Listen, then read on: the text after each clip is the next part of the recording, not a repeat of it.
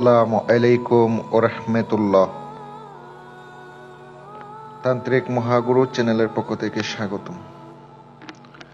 আশা রাখি সবাই ভালো আছেন। আমিও আপনাদের দোয়াই এবং আল্লাহ তাআলার অশেষ মেহেরবানিতে ভালো আছি। আজকে বরাবরের মতো আজকেও একটা বিদ্যা নিয়ে আসলাম।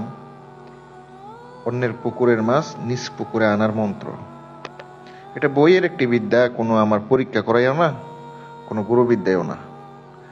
বইয়ে পাইছি, এই জন্য আপনাদেরকে দিতেছি। আপনারা করতে পারেন, পরীক্ষা করে দেখতে পারেন।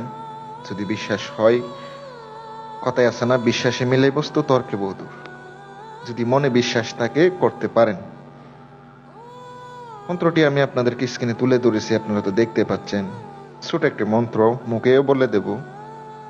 প্রথমত আপনাদের 4-5 মিনিট যদি সুন্দর করে পড়েন তাইলে এমনি মুখস্থ হয়ে যাবে। এটা স্বয়ং সিদ্ধ করে নেবেন। এটা আমি বলে দেব, গোপন বেদ সম্পূর্ণ। যারা পার্সোনালভাবে কাজের জন্য ফোন করেন যোগাযোগ করতে পারেন, স্ক্রিনে আমার নাম্বারটা দেওয়া আছে, কল করবেন, ইমো হোয়াটসঅ্যাপে যোগাযোগ করবেন।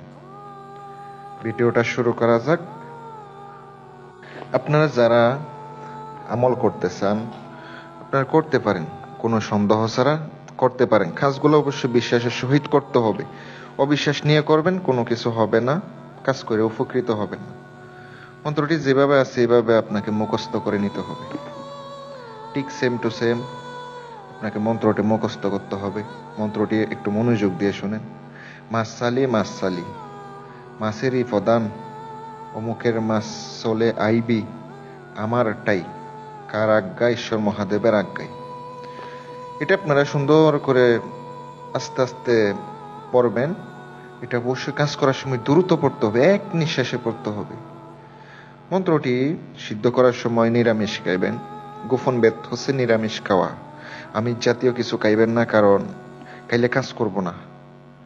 আর যারা শিখতে চান এই বিষয়ে, ইনশাল্লাহ পর্যাপ্ত পরিমাণ সাপোর্ট করবো আমি আপনাদেরকে। যতটুকু প্রয়োজন, যতটুকু করা লাগে ইনশাল্লাহ করব। আপনারা আমার সাথে যোগাযোগ করবেন। আমি আপনাদেরকে কাজের নিয়মটা বলে দিতেছি। যে পুকুর থেকে মাছ আনবেন সে পুকুর থেকে 1 ঘটি জল তুলে আনতে হবে। মন্ত্র পড়তে হবে, ওই জলে ফুঁক দিতে হবে। নিঃশ্বাস বন্ধ করে ফুঁক দেবেন, আর আপনাকে ঢেলে দিতে হবে। যত মাছ আছে ওই পুকুরে চলে আসবে। এটা খুব পরীক্ষিত। ওই জল আপনার নিজ পুকুরে ঢেলে দিবেন, মানে যে পুকুর থেকে মাছ আনবেন ওই পুকুরে আপনি কি করবেন, পানি আনবেন, পড়বেন, পইরা আপনি আপনার পুকুরের মধ্যে পানিগুলা পইরা আপনি ডাইলা দিবেন, তাইলে চলে আসবে। কিন্তু এটা আমার পরীক্ষা করা না, এটা একটা হাস্যকর বিষয়, কিন্তু কারণ আপনারা পরীক্ষা করতে পারেন। আমি আপনাদেরকে দিলাম, উপকার পাইলে দোয়া করবেন। আসসালামু আলাইকুম ওয়া রাহমাতুল্লাহ।